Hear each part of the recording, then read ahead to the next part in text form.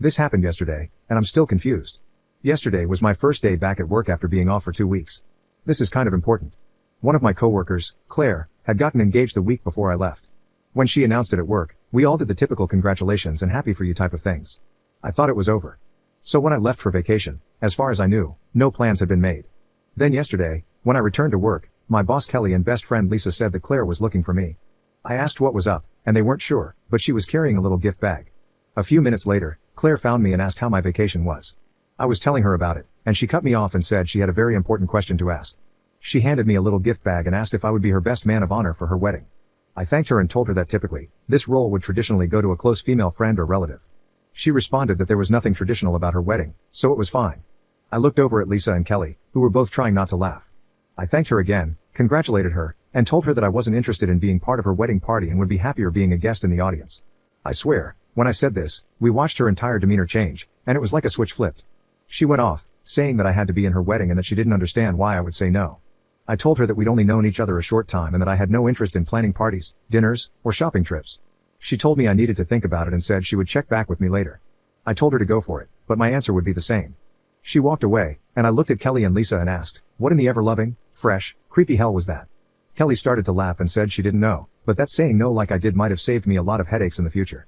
Lisa commented that Claire went straight to bridezilla mode and that this was a glimpse into what she was going to be like. Claire came back today, but she tried a different approach and handed me a list of what she wanted me to do in her vision of how she saw things. I asked her why she was giving me this, and she said that as her man of honor, these were my responsibilities. I told her again that I was not going to do any of this. She started up again, saying that she needed me to do this and how much fun it was going to be. Then she asked, haven't you ever wanted to be part of something special? I told her I already was. I'm a nurse. Enter Kelly, who sensed I needed help, and told Claire one of her patients needed her. I told Kelly that if this kept up, I might really need her help. She said she was already watching it and would step in if needed. What did I miss? We aren't that close. She just transferred to my unit from a different one 6 months ago. I had no idea who she was until then. Lisa is saying that she's close in age to me and might feel that alone is enough of a connection. Did I miss something? When we're asked, are we supposed to automatically gush and jump up and down in excitement? Why is saying no a bad thing? Update 1 day later. Hey everyone, first, I apologize. I never thought this was going to blow up as much as it did. I want all of you to know I read all of your responses and responded to as many as I could. Thank you all for your amazing insights and comments, many of which made me laugh, something I really needed. I've been sick, and it helped cheer me up. I had to meet with my lawyer today regarding family issues. My neighbor / best friend / coworker Lisa took me since I felt awful, and driving wasn't a good idea. We were talking about this on the way and were both asking a lot of the same questions many of you were asking. The biggest one was about the circumstances of Claire's transfer. She went from med-surg 4 watts to the ER, which is a huge change. I have to work tomorrow, so we'll see what happens. But Lisa and I are going to ask Kelly about the transfer and bring up a couple of other concerns. After I got home from the meeting with my lawyer, I slept for the rest of the day. Many of you asked if Claire and I hang out outside of work. The answer is no. I really don't know anything about her. I've helped her a few times with patients and other work-related things, but our relationship is 100% work-related. That's why I was so surprised when she asked me to do this. I was shocked that she asked me to be her man of honor. I have a very small friend circle, and honestly, I like to keep it that way. I really have no interest in being part of this. I'm not a wedding person. After reading so many bridezilla stories and hearing about over-the-top weddings, they've become a huge turnoff for me. Spending tens of thousands to hundreds of thousands of dollars with insane, unrealistic demands that turn people against each other. Why? I'd rather use that money and time planning my next trip or vacation. Many people suggested that I was being used as a token or prop in her wedding or as the gay best friend. I never really thought about it that way. I admit that I'm out and proud, but I'm not going to pretend to be someone's friend just so they can fulfill some kind of fetish they have for wanting a gay best friend or some status symbol they feel the need to satisfy. It takes a lot to offend me, but if that's actually the case, then I would really be offended. I wasn't put on this earth to be someone's plaything. A lot of people speculated that maybe she doesn't have a boyfriend. She does. She's brought him in before. If she has any insecurities, I don't understand them. She's attractive, smart, and knows her stuff, so I'm at a loss as to why she's acting like this. Many people suggested going to HR. I'm starting that process with my boss Kelly. She's fully aware of the situation since she was with us when all this happened. She told me she's keeping an eye on things and will step in if I need her to. I trust her completely. While Kelly and HR can manage the situation within the hospital, they can't control it on a personal level if Claire were to, say, follow me home or something like that. So I think that covers it all. I wish I could say this is over, but most likely, there's more to come. Second update 2 days later. This intro is going to be long, but I'm telling you this for a reason, and later in this update, it will make sense. I'm hoping this will be the end of this whole situation. I was born into a family where I was referred to as an issue that needed to be dealt with. I lived in the shadow of my sister, who was the child my parents wanted. They only wanted one child, a girl, so dad would have his daddy's girl and mom her little princess. Then I came along. Keep in mind that I'm 23, so back then my parents had options but chose not to use them. Instead, my parents raised my sister, and I was raised by a nanny, who, even to this day, is one of the biggest influences in my life, and I am so grateful for her. She helped me through so much.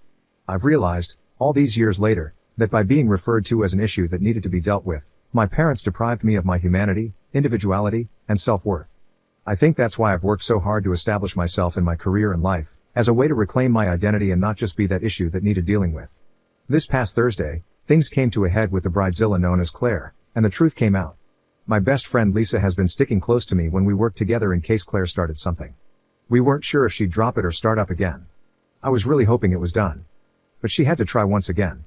I've been sick, and I had a busy morning, so I just wanted a few minutes to go to the bathroom, grab a quick snack, and maybe breathe. Claire came up with her list and asked if I had a few minutes to talk about the wedding planning. I looked at her and told her again that I was not interested in being part of her wedding, I was not going to help in any way, and that she needed to drop the subject and leave me alone. Once again, she went on about how I was going to do this and how much fun it would be. So I asked, why in the ever-loving, fresh, creepy hell is it so important for me to be your man of honor?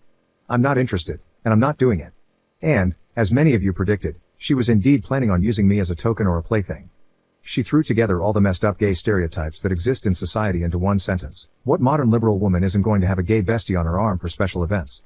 I felt everything in my stomach churn, and a wave of nausea hit me. I couldn't get to the bathroom fast enough. Lisa was beyond angry. She's really like the overprotective sister I wish I'd had, and immediately took Claire to see our boss, Kelly, to lay it all out, everything that was said. I wasn't in on that conversation, but Lisa and Kelly filled me in afterward. Kelly came to check on me, and I was still hiding in the bathroom. She knocked on the door and asked if she could come in. I asked her for a bottle of water first. While I was waiting, I realized two things. First, I realized why I'd chosen not to hang out with Claire and why I didn't like her. I couldn't put my finger on it before, I just knew there was something that gave me the heebie-jeebies. But now I realized that I didn't like her because she reminded me of my sister.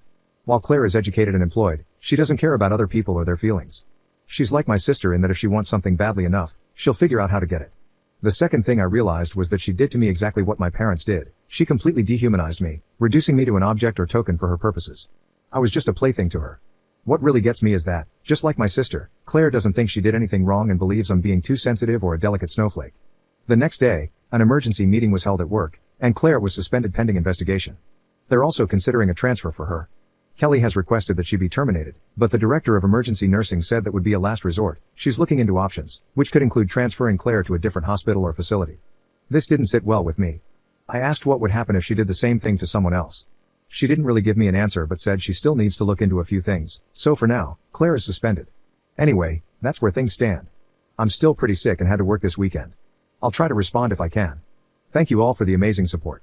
I'm going back to my lawyer to see if he can arrange for a cease and desist letter to make sure she doesn't contact me. Heading to bed now. Have a good night. Edit. I keep forgetting to thank my boyfriend.